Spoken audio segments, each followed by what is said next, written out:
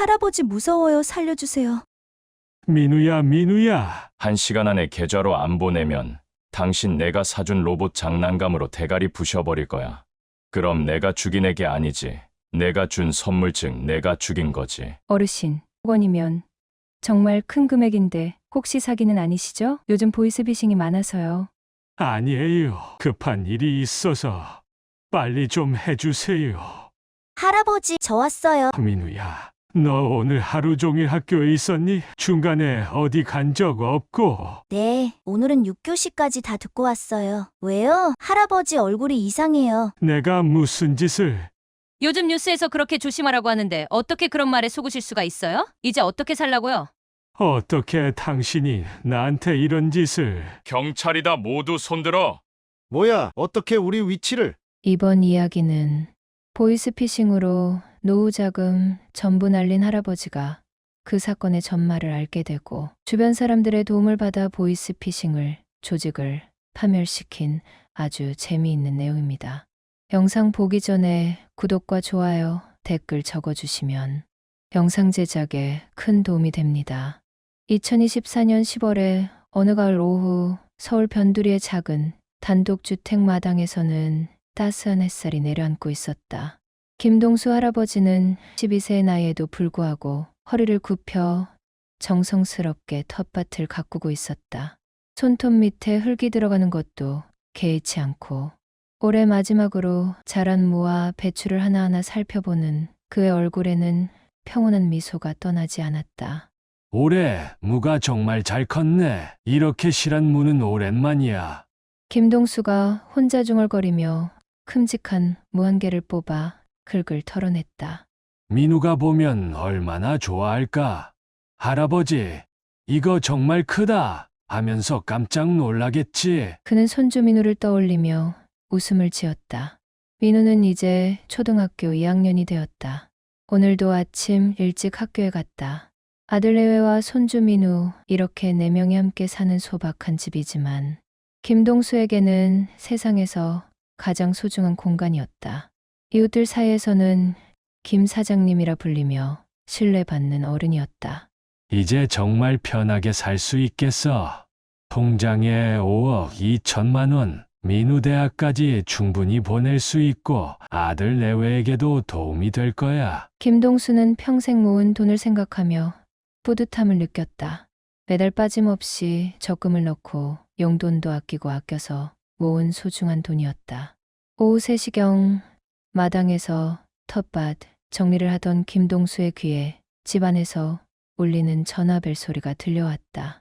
별로 급하지 않은 전화겠거니 생각하며 김동수는 손에 묻은 흙을 털고 천천히 집으로 들어갔다. 전화기 옆에는 민우가 그린 그림이 붙어 있었다. 할아버지 사랑해요라고 삐뚤빼뚤 쓴 글씨가 눈에 들어왔다. 여보세요. 김동수가 평소와 다름없이 전화를 받았다. 할아버지, 도와주세요. 무서워요. 나쁜 사람들이 저를 잡았어요. 갑자기 나의 울먹이는 목소리가 들려왔다. 김동수의 심장이 쿵쾅거리기 시작했다. 목소리가 조금 다른 것 같기도 했지만 아이가 무서워서 울고 있으니 정확히 알아듣기 어려웠다. 민우야, 민우냐? 어디 있니? 무슨 일이야? 김동수가 갑자기 다급해지며 큰 소리로 물었다. 내 손주 맞다. 할아버지, 지금 이놈이 떡볶이 먹고 있어. 맛있다고 하네. 전화기 너머로 거친 남자 목소리가 들려왔다. 떡볶이라고요? 떡볶이를? 김동수의 목소리가 떨렸다. 민우가 세상에서 가장 좋아하는 음식이 바로 떡볶이였다. 학교 급식으로 떡볶이가 나온 날이면 하루 종일 신나서 돌아다닐 정도였다. 그래, 너도 잘 알잖아. 하지만 돈 안 주면 내가 얼마 전에 사준 로봇 장난감으로 대가리 부셔버릴 거야. 그럼 내가 죽인 게 아니지. 내가 준 선물이 죽인 거지. 범인의 목소리는 더욱 차갑고 잔인해졌다. 로봇 장난감까지 어떻게 그걸 알고? 김동수는 온몸에 소름이 돋았다. 불과 2주 전에 민우에게 사준 로봇 장난감을 어떻게 알았을까? 그날 민우가 얼마나 좋아했는지. 할아버지 최고예요. 라며 뛸 듯이 기뻐했던 모습이 떠올랐다. 할아버지가 평생 모은 돈 있잖아. 5억 준비해. 딱 5억이면 돼. 범인이 정확한 금액을 말했다. 김동수는 더욱 놀랐다. 자신이 확인 돈이 정확히 얼마인지 어떻게 알았을까? 통장에 5억 2천만 원이 있다는 것을 아는 사람은 가족 외에는 거의 없었다. 5억이라니 그런 큰 돈을 어떻게? 김동수가 당황하며 말을 더듬었다. 1시간 안에 계좌로 안 보내면 이놈은 영영 집에 못 간다. 학교에서 데려왔으니까 선생님들도 모를 거야. 진짜로 사라져버리는 거지. 범인이 협박하며 계좌번호를 불러주고는 전화를 뚝 끊어버렸다. 김동수는 전화기를 든 채로 한참 동안 그 자리에 서 있었다. 손이 덜덜 떨렸고 머릿속이 하얗게 변했다. 민우가 학교에서 납치당했다는 생각에 온몸이 얼어붙는 것 같았다. 범인들이 민우의 취향과 자신의 재산 상황까지 정확히 알고 있다는 것이 더욱 무서웠다. 어떻게 하지? 민우만은 지켜야 해. 김동수는 급히 서랍에서 통장을 찾았다. 농협 통장에 5억 2천만 원이 찍혀 있었다. 평생에 걸쳐 모은 전 재산이었다. 돈은 다시 모으면 되지만 민우는 김동수는 더 이상 생각할 여유가 없었다. 재킷을 급히 걸치고 은행으로 뛰어나갔다. 은행까지 가는 길이 평소보다 훨씬 길게 느껴졌다. 신호등이 빨간불일 때는 초조함에 발을 동동 굴렀고 은행에 도착해서도 손이 떨려 신분증을 제대로 꺼내지 못했다. 어르신, 5억 원이면 정말 큰 금액인데 혹시 사기는 아니시죠? 요즘 보이스피싱이 많아서요. 은행 직원이 걱정스럽게 물었다. 아니에요. 급한 일이 있어서 빨리 좀 해주세요. 김동수는 다급하게 손을 저었다. 지금 당장 민우를 구하는 것이 우선이었다. 송금을 마치고 나서 김동수는 은행에서 나와 주저앉고 싶었다. 통장 잔액은 0원. 평생 모은 5억 원이 한순간에 사라졌다. 손이 덜덜 떨렸지만 민우를 구했다는 안도감만은 확실했다. 집에 돌아와서 민우를 기다렸다. 시계를 보니 오후 6시였다. 평소 민우가 학교에서 돌아오는 시간이었다.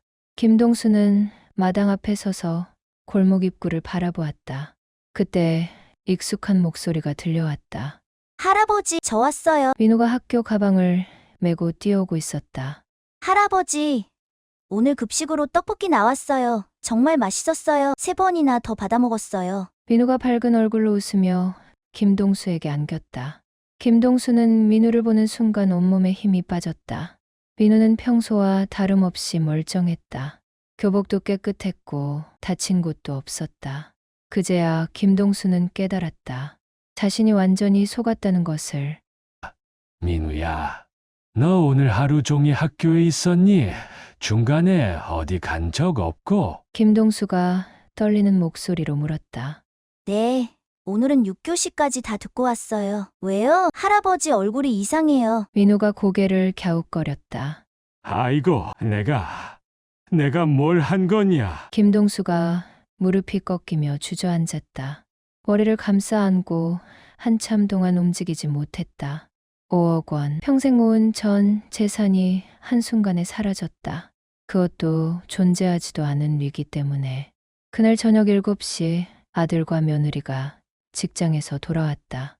김동수는 거실 소파에 앉아 고민 끝에 사실을 털어놓기로 했다. 더 이상 숨길 수도 없었고 어차피 통장 정리를 하다 보면 들킬 일이었다.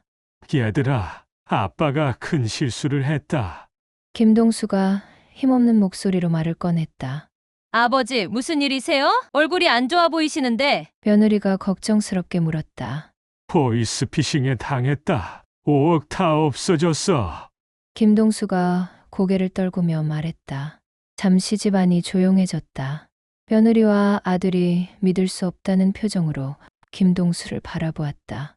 아버지, 뭐라고요? 5억이 다 없어졌다고요? 며느리의 목소리가 높아졌다. 민우가 납치됐다고 떡볶이 얘기하고 로봇 장난감 얘기까지 해서 정말 민우인 줄 알았어. 김동수가 한숨을 내쉬었다. 요즘 뉴스에서 그렇게 조심하라고 하는데 어떻게 그런 말에 속으실 수가 있어요? 이제 어떻게 살라고요? 며느리의 목소리가 차갑게 변했다. 여보, 그만해. 아버지도 속상하실 텐데. 아들이 말렸지만 며느리의 표정은 돌아서지 않았다.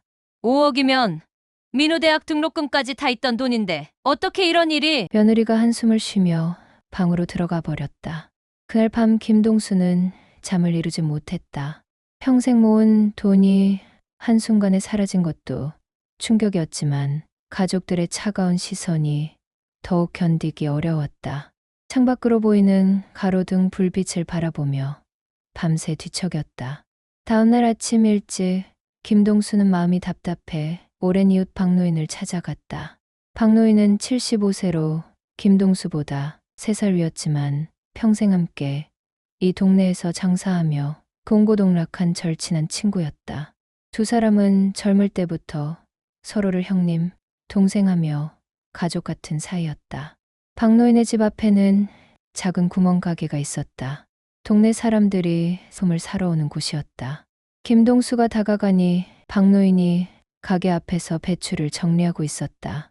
박 형님, 안녕하세요. 김동수가 힘없는 목소리로 인사했다. 동수야. 아침부터 웬일이야? 얼굴이 왜 그렇게 안 좋아 보이냐? 박노인이 배추를 내려놓고 김동수를 바라보았다. 형님, 저 큰일 났습니다. 김동수가 고개를 숙이며 말했다. 무슨 일인데 어서 안으로 들어와서 얘기해.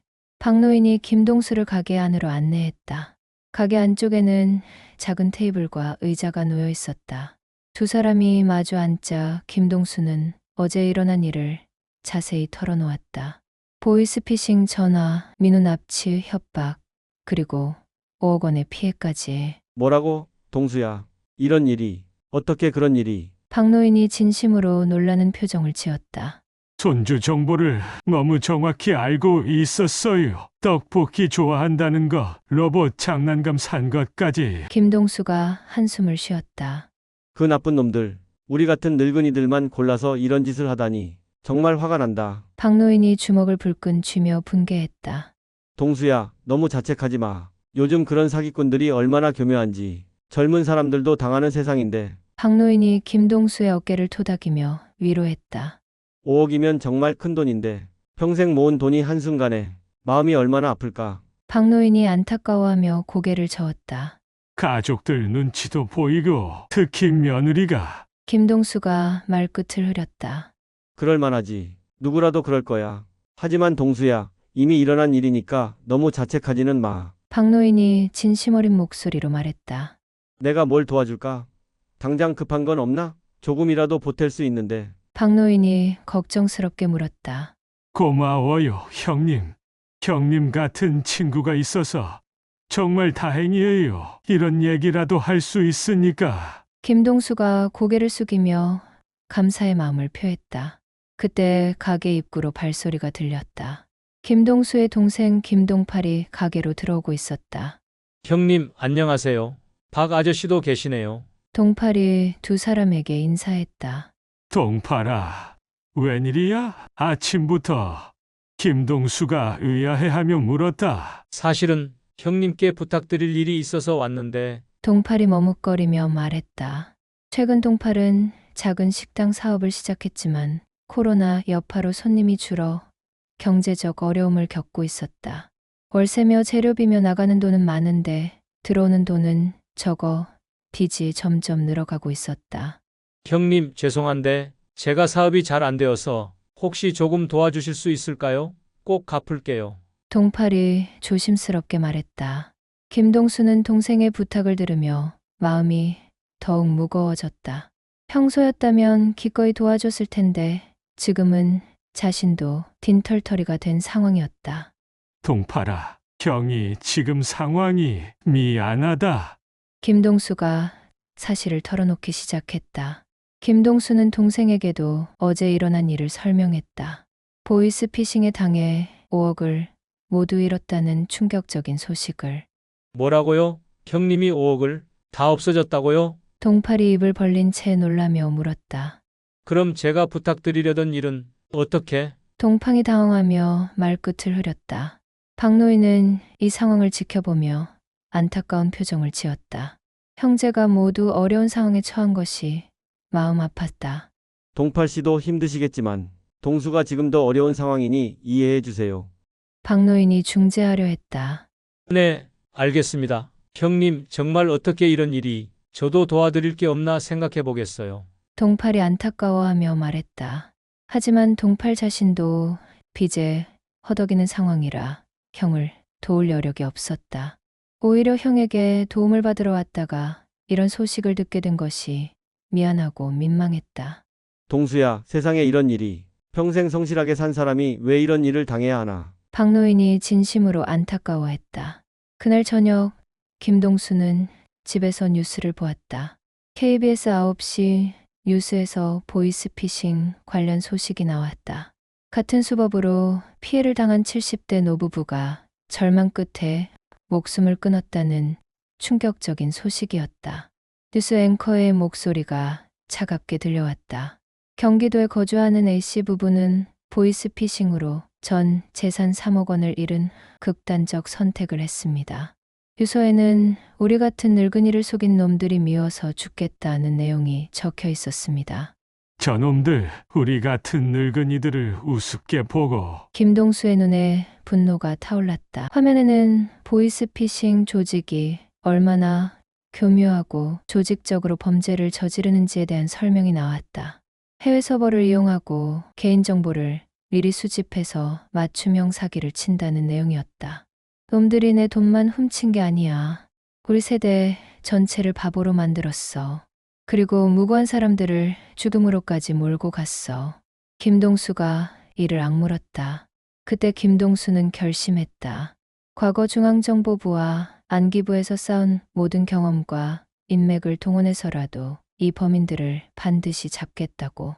절대 그냥 두지 않겠다. 내가 누군지 보여주겠어. 김동수의 목소리에는 단단한 의지가 담겨 있었다. 다음날 오전 김동수는 오랫동안 연락하지 않았던 이승철에게 전화를 걸었다. 이승철은 김동수보다 7살 아래지만 30년간 강력계에서 일한 베테랑 형사였다. 두 사람은 젊은 시절부터 알고 지낸 사이였다. 승철아, 나야. 김동수다. 좀 도와줄 수 있겠나? 김동수가 간절한 목소리로 말했다. 형님, 오랜만이에요. 그런데 목소리가 왜 그러세요? 무슨 일 있으셨어요? 이승철이 걱정스럽게 물었다. 보이스피싱 놈들한테 당했어. 5억 다 털렸다. 김동수가 직설적으로 사실을 털어놓았다. 뭐라고요? 형님 같은 분이 어떻게? 잠깐 어디 계세요? 당장 만나죠. 이승철이 놀라며 급히 말했다. 1시간 후 동네에서 가장 오래된 국밥집에서 두 사람이 마주 앉았다. 국밥집 할머니는 김동수를 보더니 김 사장님, 얼굴이 많이 안 좋아 보이네요라며 걱정했다. 형님, 정확히 어떤 일이 있었는지 차근차근 말씀해 주세요. 이승철이 작은 메모장을 꺼내며 말했다. 김동수는 어제 일어난 일을 시간 순서대로 자세히 설명했다. 오후 3시에 걸려온 전화, 아이의 울음소리, 떡볶이와 로봇 장난감 언급, 그리고 정확히 5억이라는 금액까지. 형님, 몇 가지 이상한 점들이 있습니다. 이승철이 메모를 보며 고개를 끄덕였다. 뭐가 이상한데? 김동수가 궁금해하며 물었다. 첫째, 손주 정보가 너무 정확해요. 단순히 이름만 아는 게 아니라 좋아하는 음식, 최근에 사신 장난감까지 알고 있었어요. 이승철이 첫 번째 손가락을 세웠다. 둘째, 형님이 가진 돈이 정확히 얼마인지 알고 있었어요. 5억이라는 구체적인 금액을 제시했다는 건 형님의 재산 상황을 파악하고 있다는 뜻입니다. 이승철이 두 번째 손가락을 세웠다. 그러고 보니 어쩐지 내가 가진 돈 5억이랑 손자 정보를 너무 자세히 알고 있었어. 이게 우연일까? 김동수가 뒤늦게 의문을 품었다. 절대 우연이 아닙니다. 이건 무작정 전화를 돌리는 일반적인 보이스피싱이 아니에요. 형님을 타겟으로 한 맞춤형 사기입니다. 이승철이 단언했다. 그럼 누군가 내 정보를 흘렸다는 얘기냐? 김동수의 목소리가 차갑게 변했다. 가능성이 아주 높습니다. 범위를 좁혀서 생각해 보죠. 민우의 취향과 형님의 재산 상황을 동시에 알 수 있는 사람은 많지 않아요. 이승철이 분석적으로 말했다. 가족들은 당연히 제외하고 민우 학교 선생님들 아니면 이웃들. 김동수가 하나씩 떠올려 보았다. 민우 학교는 어떻게 다니나요? 과외나 학원은요? 이승철이 질문했다. 과외 선생님이 있어. 윤지훈이라고 하는데 IT 전문가야. 컴퓨터 관련 일을 한다고 했어. 김동수가 답했다. 그분한테 도움을 청해보는 게 좋겠습니다. 이런 사건에는 디지털 추적이 필수거든요. 요즘 보이스피싱 조직들은 해외 서버를 이용하고 가상화폐로 돈을 세탁하니까요. 이승철이 제안했다. 그래, 지훈이한테 연락해보자. 그 친구라면 도움이 될 거야. 김동수가 동의했다. 그리고 형님, 혹시 최근에 돈 얘기를 누구한테 하신 적 있나요? 통장 잔고나 재산 상황 같은. 이승철이 중요한 질문을 했다. 김동수는 잠시 생각해 보았다. 평소 돈 얘기를 함부로 하는 성격은 아니었지만 가끔 가까운 사람들과 노후 계획에 대해 이야기한 적이 있었다. 박 형님한테는 얘기한 적이 있어. 이웃이니까 가끔 노후 얘기도 하고, 그리고 동생 동파리도 알고 있지. 김동수가 떠올렸다. 박 형님이라면? 이승철이 물었다. 박노인, 우리 동네에서 가게 하시는 분이야. 평생 친구 같은 사이지. 어제도 위로 많이 해주셨어. 김동수가 설명했다. 일단 가능한 모든 경우를 조사해 봐야겠네요. 혹시 모르니까 녹음 파일이나 문자 메시지 같은 증거가 있나요? 이승철이 물었다. 그런 건 없어. 너무 당황해서 아무것도 생각할 수 없었거든. 김동수가 아쉬워했다. 괜찮습니다. 일단 윤지훈 씨를 만나서 디지털 추적을 시작해보죠. 그리고 주변 인물들도 하나씩 체크해보고요. 이승철이 계획을 세웠다. 그날 저녁 김동수는 윤지훈에게 전화를 걸었다. 지훈 씨, 민우 하랩이에요. 혹시 시간 있으면 집에 좀 와줄 수 있겠어요? 급한 일이 있어서. 김동수가 부탁했다. 네, 무슨 일이세요? 목소리가 심각해 보이는데 지금 당장 갈게요. 윤지훈이 걱정스럽게 대답했다. 30분 후 윤지훈이 김동수 집에 도착했다. 32살의 젊은 IT 전문가는 평소 민우를 과외할 때와는 다른 진지한 표정을 하고 있었다. 할아버지, 무슨 일인지 말씀해 주세요. 윤지훈이 노트북 가방을 내려놓으며 말했다. 김동수는 윤지훈에게도 어제 일어난 일을 자세히 설명했다. 이승철이 분석한 내용도 함께 전달했다. 이건 정말 심각한 문제네요. 할아버지를 노린 맞춤형 사기라니. 윤지훈이 충격을 받은 표정으로 말했다. 일단 서버 추적부터 시작해 보겠습니다. 범인들이 사용한 계좌나 전화번호를 역추적하면 뭔가 단서가 나올 수도 있어요. 윤지훈이 노트북을 켜며 말했다. 그때 이승철도 김동수 집에 도착했다. 세 사람이 모여 공격적인 수사를 시작하기로 했다. 지훈 씨 고맙습니다. 제가 이승철입니다. 퇴직 형사예요. 이승철이 악수를 건넸다.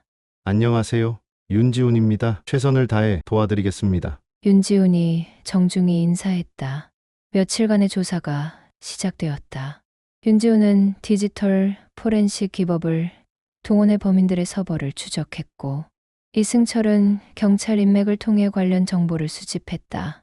그리고 일주일 후 충격적인 사실이 드러나기 시작했다. 할아버지, 이상한 점을 발견했습니다. 윤지훈이 노트북 화면을 가리키며 말했다. 뭡니까? 김동수가 다가가 화면을 보았다.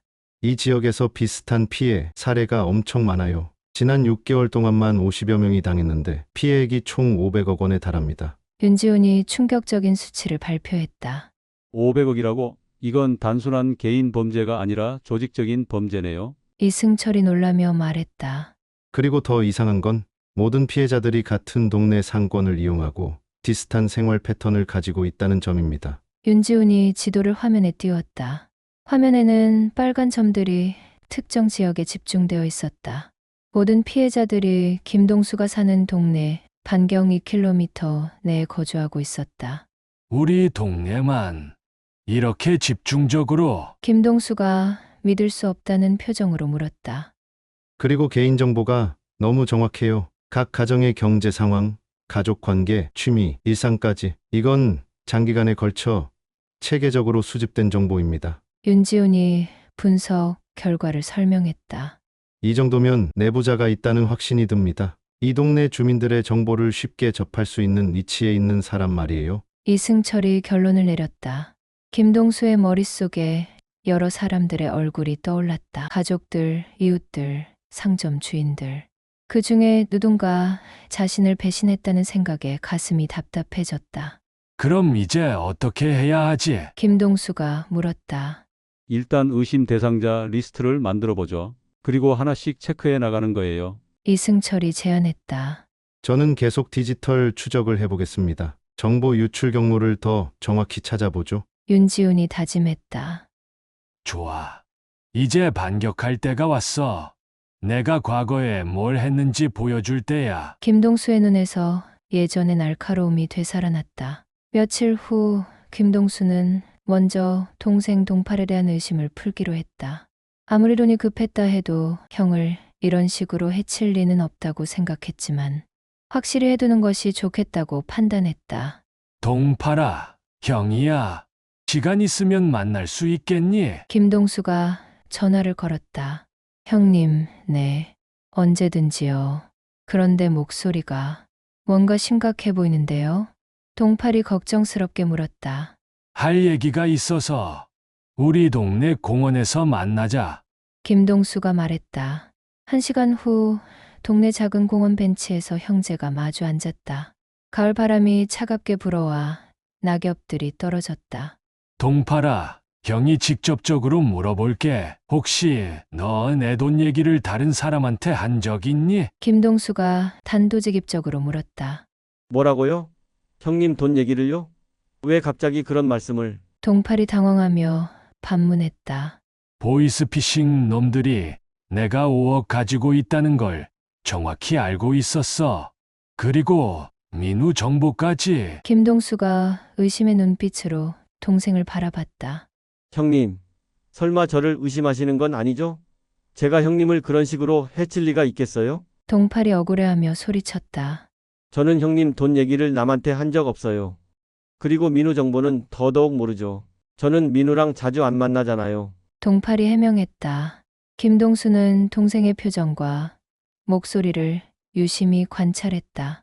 오랜 정보기관 생활로 단련된 그의 눈에 동팔의 반응은 진짜 억울해하는 것처럼 보였다.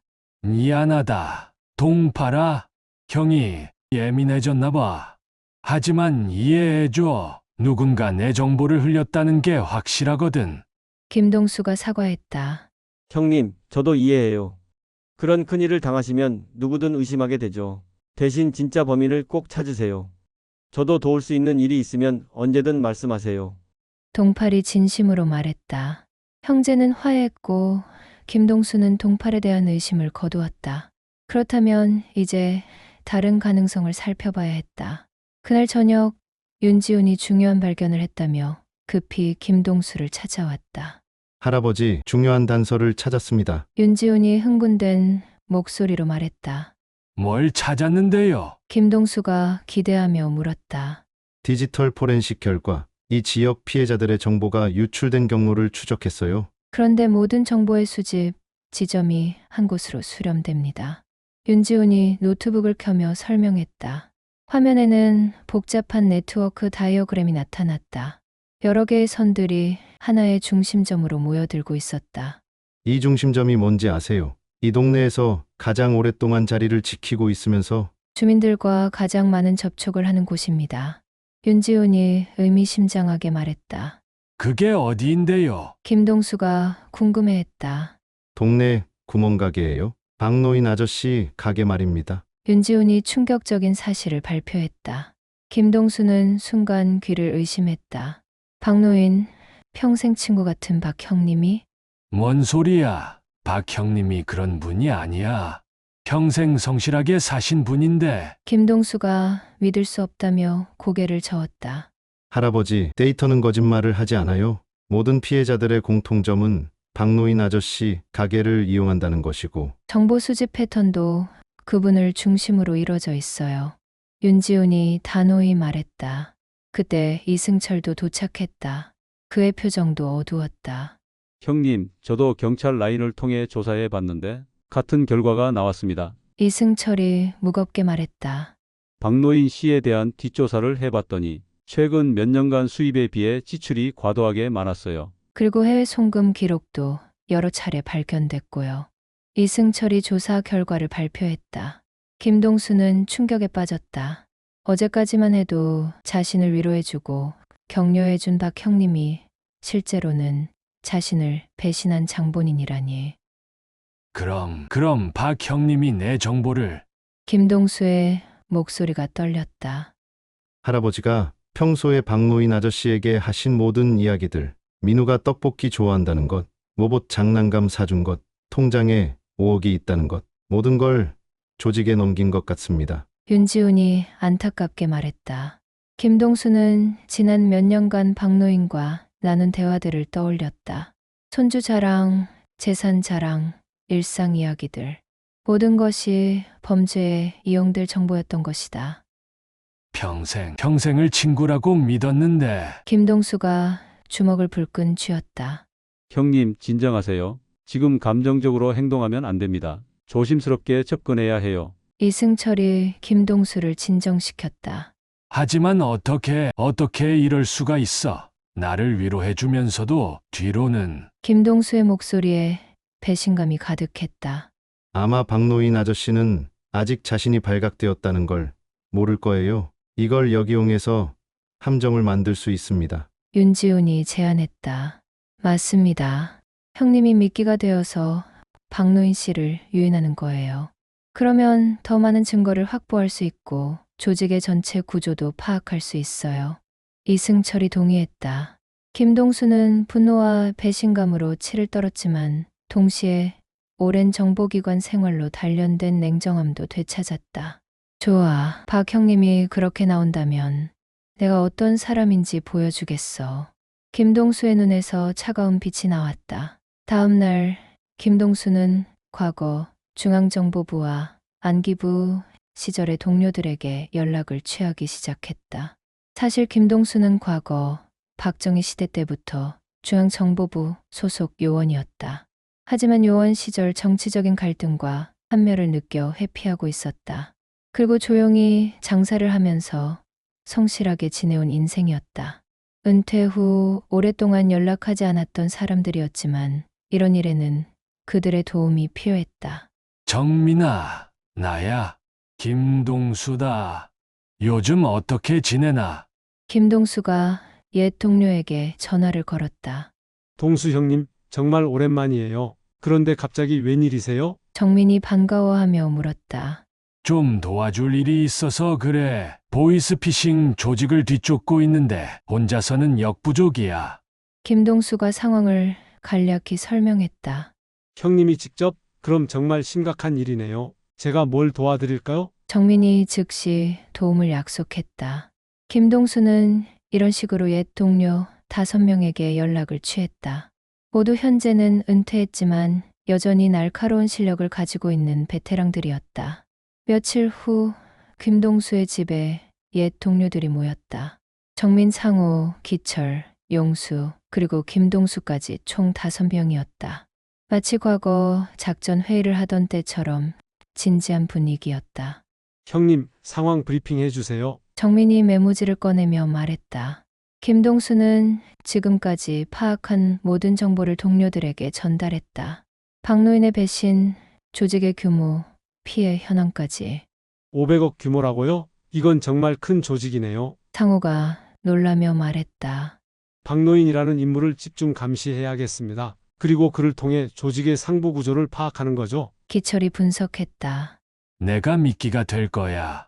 박 형님한테 또 사기 전화가 왔다고 상담하는 척하면서 정보를 빼낼 거야. 김동수가 작전을 제안했다. 위험해요, 형님. 상대방이 의심하면. 용수가 걱정했다. 걱정 마. 내가 누군지 잊었나? 10년간 이런 일을 해온 사람이야. 김동수가 자신있게 말했다. 한편 이승철은 경찰 후배들과 함께 정식 수사팀을 구성했다. 김동수의 사적 복수가 아니라 공식적인 수사로 진행하기 위해서였다. 후배들아, 이건 정말 큰 사건이야. 500억 규모의 조직범죄라고. 이승철이 수사팀에게 브리핑했다. 형님, 해외 서버 추적은 어떻게 하죠? 한 후배가 물었다. 그건 윤지훈 씨가 담당하고 있어. 아주 실력 있는 IT 전문가야. 이승철이 답했다. 그리고 작전 당일 김동수는 평소와 다름없이 박노인 가게를 찾아갔다. 하지만 마음속으로는 분노가 끓어오르고 있었다. 박 형님, 안녕하세요. 김동수가 평소처럼 인사했다. 동수야, 어서 와. 그런데 얼굴이 어떻게 된 거야? 좀 나아졌나? 박노인이 걱정하는 척하며 맞이했다. 김동수는 박노인의 연기하는 모습을 보며 속으로 치를 떨었다. 어떻게 이렇게 태연하게 연기할 수 있을까? 형님, 또 이상한 전화가 왔어요. 김동수가 미끼를 던졌다. 또? 그 나쁜 놈들이 또 전화했다고? 박노인이 놀라는 척했다. 이번엔 좀 다르더라고요. 제가 돈을 모두 잃었다는 걸 아는 것 같더라고요. 김동수가 거짓 정보를 흘렸다. 그럼 어떻게 했어? 박노인이 관심을 보였다.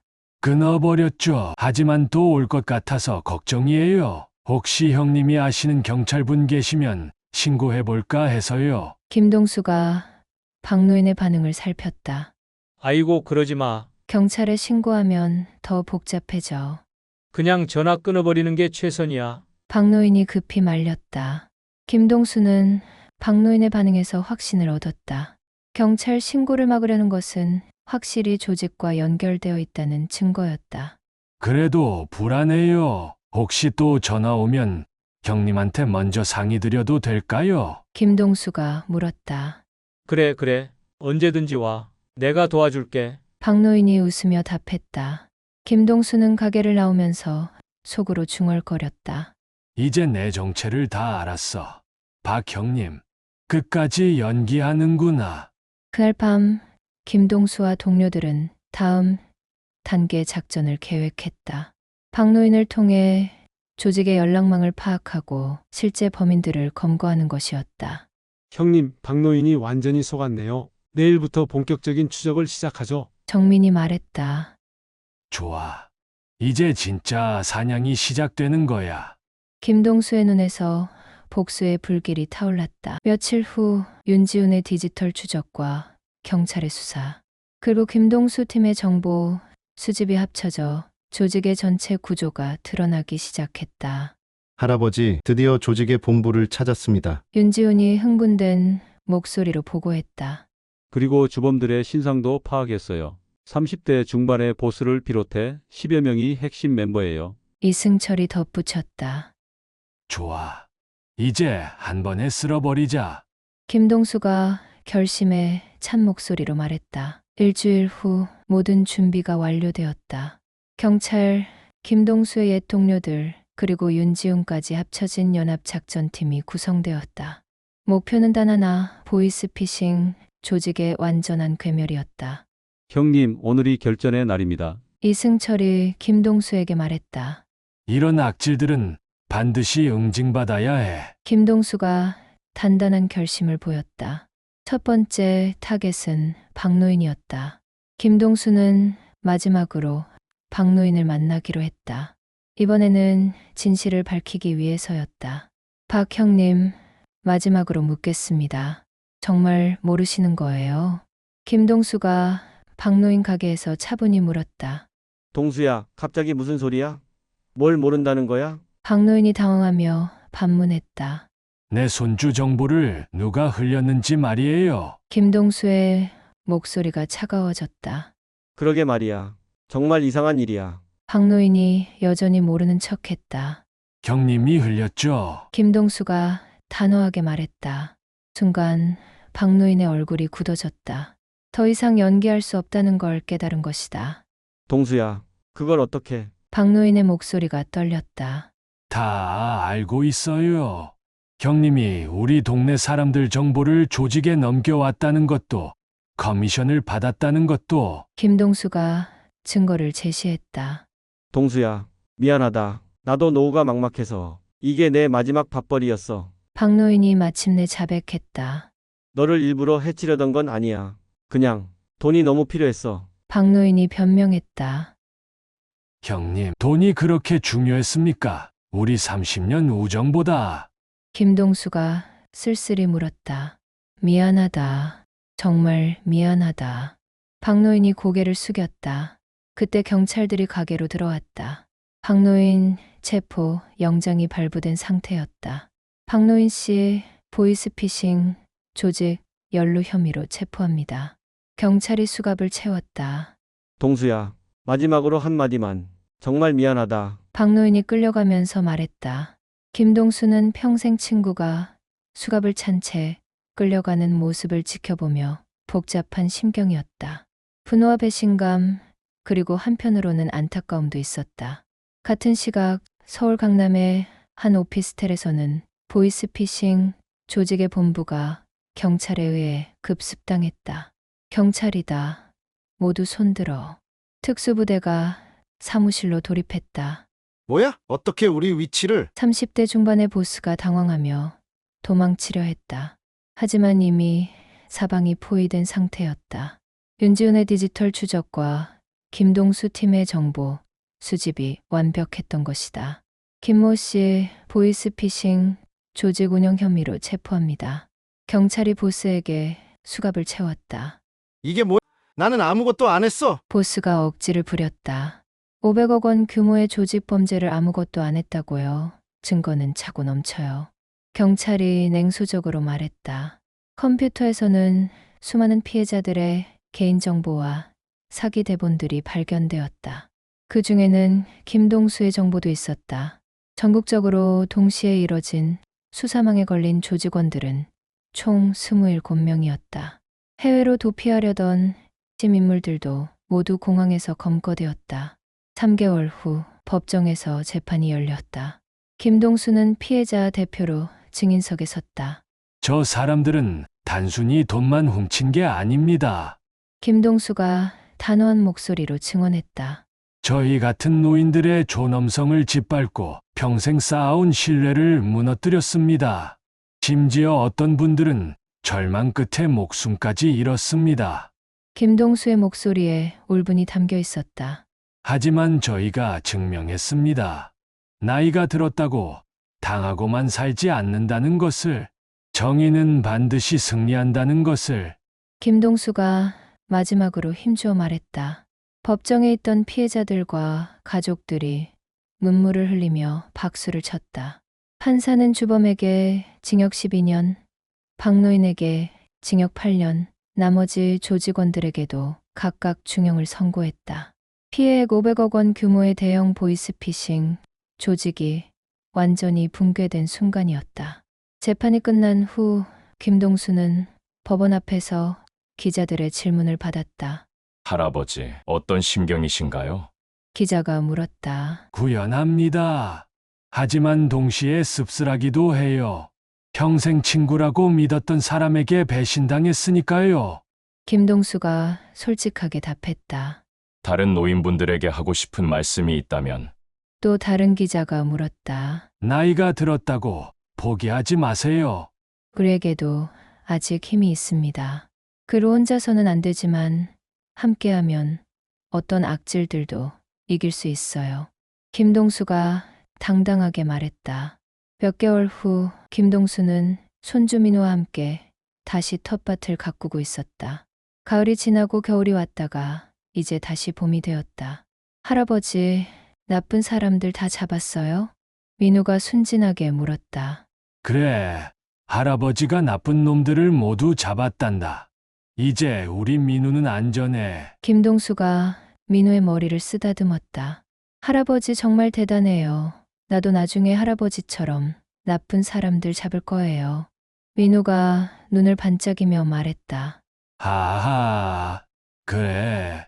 우리 민우가 정의로운 사람으로 자라면 할아버지가 정말 자랑스러울 거야. 김동수가 웃으며 답했다. 김동수의 얼굴에는 평안함과 함께 단단한 의지가 서려 있었다. 비록 오랜 친구를 잃고 큰 돈도 잃었지만 그는 더 소중한 것을 지켜냈다. 정의와 존엄성, 그리고 다음 세대에게 물려줄 교훈을. 하늘을 올려다보며 김동수는 혼잣말로 중얼거렸다. 정의는 살아있다. 그리고 우리는 아직 죽지 않았어. 나이가 들었다고 당하고만 살 필요는 없다. 경험과 지혜, 그리고 정의를 향한 의지가 있다면 어떤 악질들도 이길 수 있다. 정의는 반드시 승리한다.